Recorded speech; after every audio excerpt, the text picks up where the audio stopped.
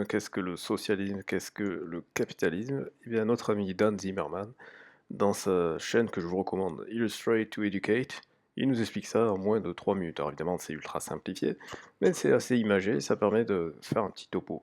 Bienvenue sur la chaîne à la recherche de la vérité, à la recherche de la vérité dans le format zapping, où vous allez voir des extraits de vidéos dont vous aurez les liens dans la description, que je vous invite très fortement à consulter.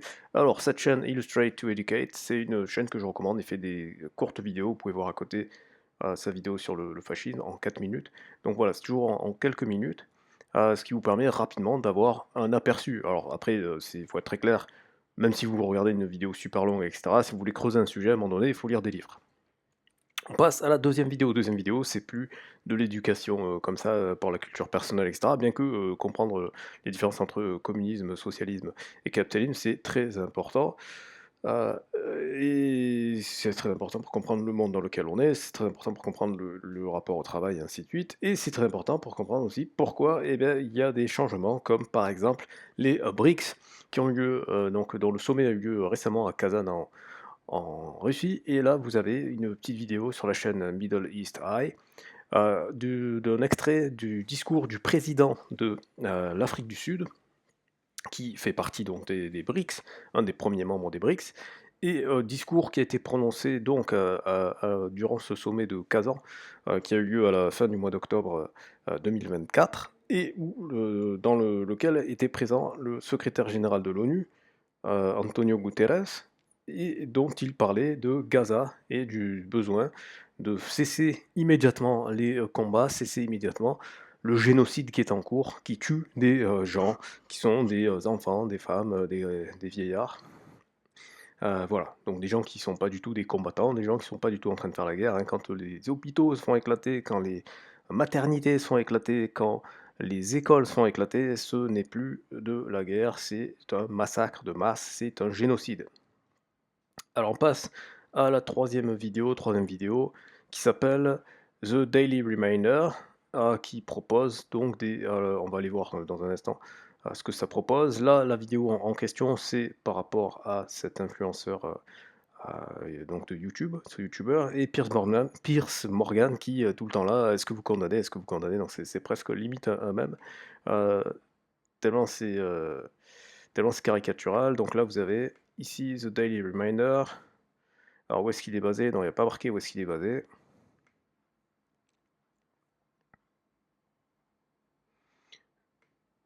Donc apparemment, je pense que c'est... Oui, c'est ça, c'est une chaîne d'un point de vue musulman, donc faut être OK avec ça, c'est-à-dire faut être clair sur savoir quel est le point de vue, quelle est la perspective.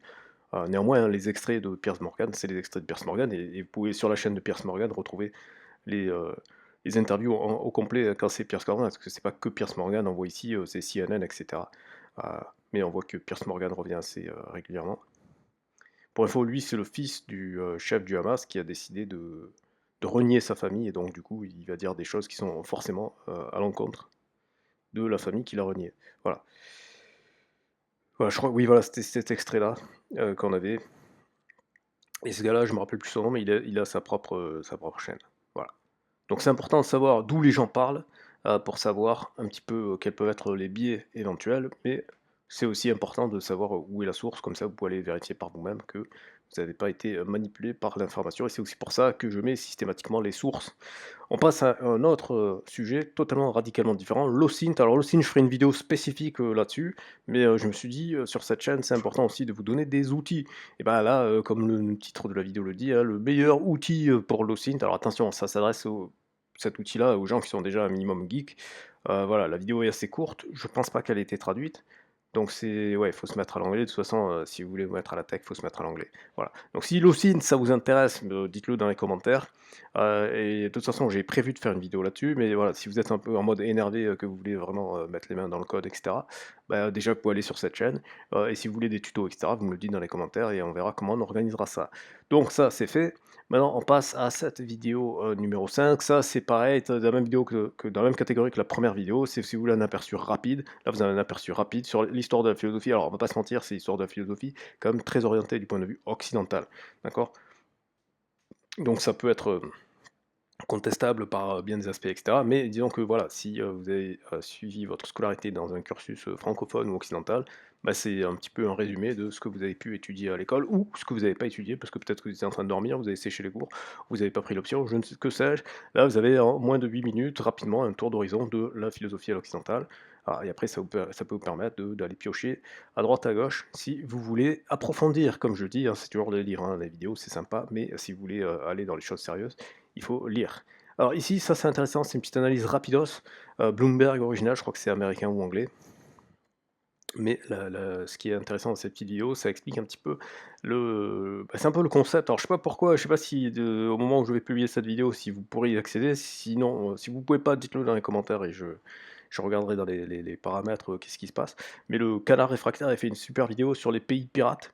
Et c'est justement ça, les pays pirates, c'est donc ils disent nations that aren't picking sides. Donc c'est à l'époque de la guerre froide, on appelait ça les non alignés, c'est-à-dire ceux qui décident de ne pas décider, justement, de ne pas choisir de camp. De dire, bah non, comme disait le général de Gaulle, entre nations, il n'y a pas d'amis, il y a pas d'amitié, il y a des intérêts.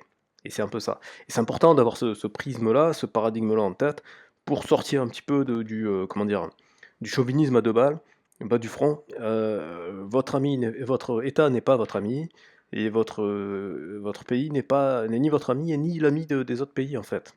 Il a des intérêts, comme chaque personne a ses intérêts, et ainsi de suite. Donc c'est un peu intéressant de voir quels sont les pays. Il y a des pays qui tirent un avantage énorme à ces situations conflictuelles, à ne pas choisir de camp pour pouvoir faire du business avec tous les camps. Mais il y a aussi des situations où des pays qui sont très mal placés, qui font que pour des considérations géopolitiques, ils ont intérêt, de façon vitale quasiment, de choisir un camp. Et donc en fait, ils choisissent un camp pas spécialement parce qu'ils adhèrent à l'idéologie et ainsi de suite, mais parce que en fait, pour des intérêts de survie, ils choisir un camp. Donc c'est important de comprendre un petit peu ces différentes, relations, surtout dans ce monde qui est multipolaire, à n'en déplaise aux atlantistes ou à je ne sais quoi, aux occidentalistes, tout ce que vous voulez. Le monde est multipolaire et c'est pas prêt de changer. Voilà.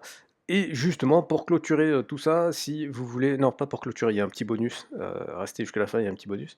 Eh ben, on critique souvent à l'Ouest la Russie, etc. Ça peut être intéressant d'aller voir comment ça se passe. Alors même si vous parlez pas le russe, alors si vous parlez pas le russe et que vous voulez que je fasse une traduction, vous le dites dans les commentaires, et bon, ça me demandera un petit peu de travail, mais ça me permettra de me remettre un petit peu plus sérieusement au russe, et je vous proposerai une traduction. Ah, mais ce sera un gros travail, donc voilà, il faut que vous mettiez beaucoup de likes sur cette vidéo et que vous le disiez dans les commentaires, parce qu'elle est pas traduite, il y a juste les sous-titres en russe seulement, d'accord? Voilà, et en plus c'est les sous-titres générés automatiquement, donc en plus, voilà, il y a un vrai travail à faire, mais comme la vidéo est pas très longue, s'il y a beaucoup de gens qui sont motivés, peut-être je peux le faire.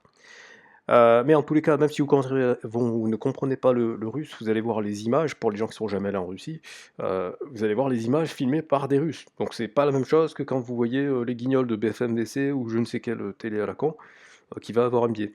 D'accord? D'autant que là, c'est une vraie chaîne YouTube, le mec il va dans la rue, c'est un micro-trottoir, c'est un peu, l'équivalent du Vincent Lapierre, là-bas. Sauf que là, il va pas pour constater, des choses dégueulasses, au contraire, vous allez voir que tout est propre, les gens sont posés, ils sont contents. Et en fait, comme vous n'allez pas comprendre la langue, très probablement, vous allez avoir l'impression de regarder des documentaires de l'INA, de la France des années 60, par exemple. Voilà. Je vous laisse visualiser par vous-même. Autre et bonus, le bonus, c'est les Akiya. Les maisons Akiya au Japon. C'est un truc que j'ai découvert par hasard via l'algorithme.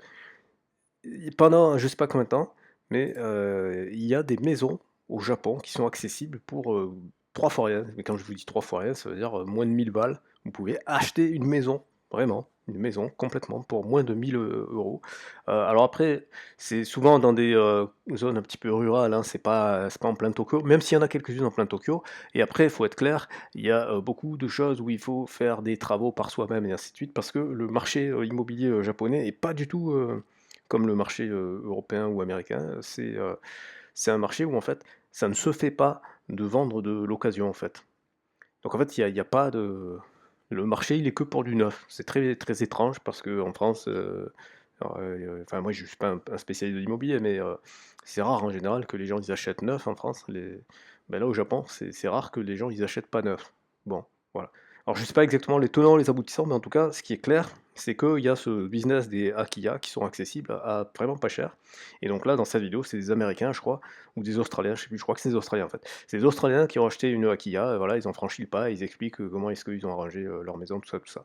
Voilà, c'est tout pour cette vidéo. Mettez un pouce vers le haut, abonnez-vous, vérifiez si vous êtes bien abonné, parce que comme je vous ai dit, YouTube fait du shadow banning, et donc c'est aussi pour ça que je fais un peu des vidéos moins sulfureuses pour essayer d'amadouer l'algorithme de YouTube. Donc partagez bien cette vidéo, mettez des likes, commentez, dites ce que vous voulez, et à très bientôt pour une prochaine vidéo.